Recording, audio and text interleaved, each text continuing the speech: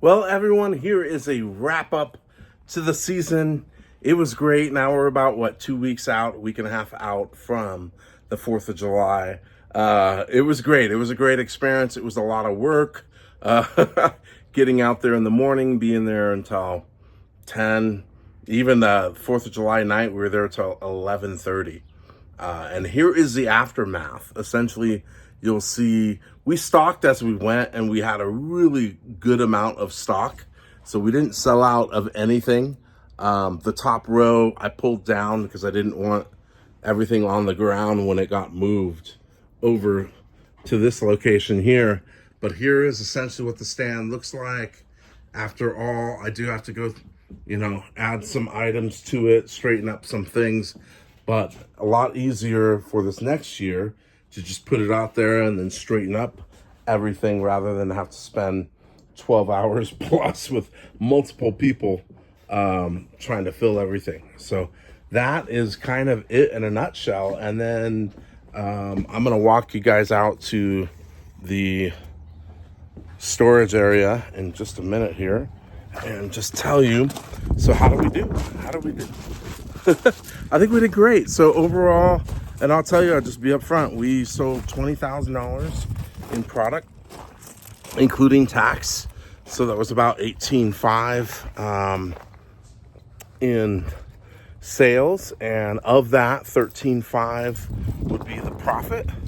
So I think we did, I don't remember, I just looked at it, 73% profit margin. So about $5,500 was the cost on that 18.5 in sales. So that I think is really good, and that includes like any pre-orders or people that I told we do 20% off.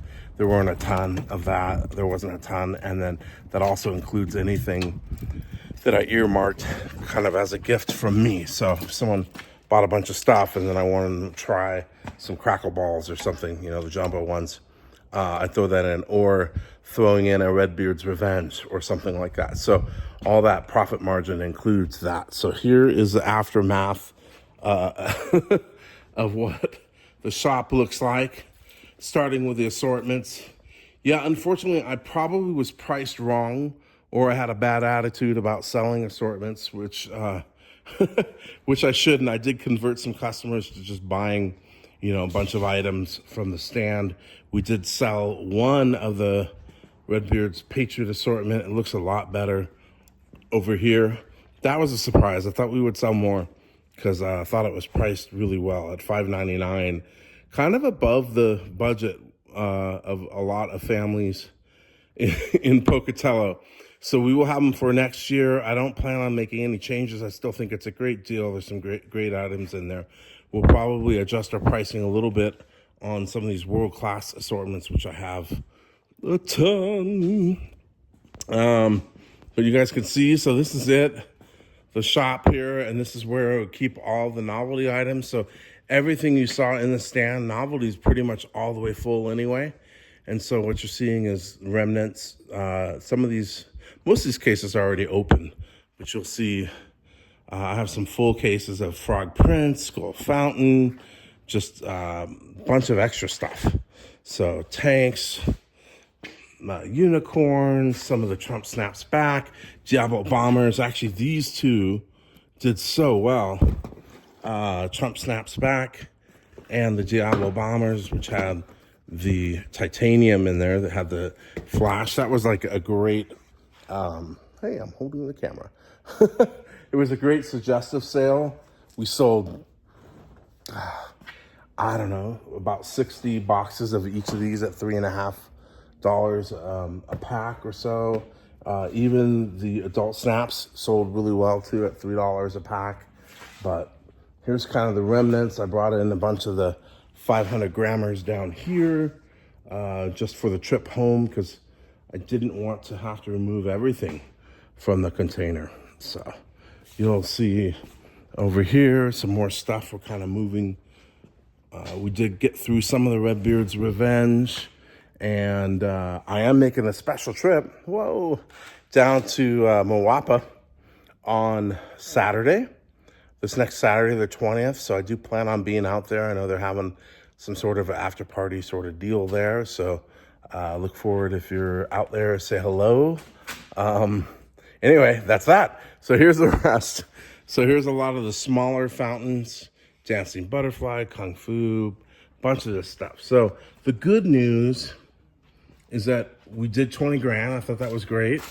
Would have loved to do more, and we definitely had a lot more to be able to sell, because I wouldn't have wanted to be in the position where we ran out of stuff. But you'll see here's kind of, a lot of this is going back in on the shelves, and a lot of it, this is just extra stock. So kind of over purchased for 1 year. So if you're looking to be in the firework business and you don't know exactly the demand, you know, of your product, and I didn't, you might want to consider, you know, smaller category of product and less quantities. And we're looking at the long haul. So yeah, it would have been nice to pull in 100,000 or something like that in the first year, but I think it's going to take some time. We've got some great reviews already on Google. There's a few patrons and friends on there, but we got a lot of really good feedback. People love the stand. They love how organized it was. It stayed clean looking all the time. It was easier for us as workers to get any item that we want. So I think the model design is working with those the baskets behind the counter and those front showcases worked really, really well. Price-wise, I think we did really well too. I know that the stand next to us did some adjusting to the prices so that they could be more competitive, and they were really nice folks. That was Family Fun Fireworks. And what else was I going to say? There were just a lot of stands in the Pocatello area. And so I think next year, getting some new friends and people that followed me on Facebook, not Facebook, on YouTube before, will probably come out and got to go shoot with Stefan and his family on the 5th. And he had seen me on Facebook before. He referred some friends. He came and bought a bunch of fireworks. That was amazing. I appreciate it, and I appreciate picking up a new friend. So next year, I think will be even better. You know, I'd expect to do, 1.5 times what we did. And our church family was awesome too. We had about 25 different families come out and support us, and we gave some money to the church from that endeavor. So that was definitely really cool. So just back on it, we did invest a lot of money. So it will take a little while to get back, but that's really what happens when you spend $15,000 on a container stand, or, for everything that was in there, meaning the structural things and the roll doors and all that other stuff. But it's going to pay. It'll pay for itself. It will take a little bit, but I know that I don't have to put a ton of money into this next year because I've got all this stuff here. So that's cool. It's kind of a known that next year should go really well as well. And people really dug the Redbeard's Revenge. Again, special shout out to Sean Wright for doing the art on that, and also Nick over at World Class, or over at Jake's Fireworks out in Winlock, Washington, who helped facilitate all the cases that you see here. All right, everyone. So that's kind of a wrap up for the year. Very successful. Hit the 20K mark first year. No outside advertising, and just back on that. All the risk is on when you do something like that. Get your own insurance and go with several brands. All the risk is on you, but in the long term, the reward will be great. The margins are incredible.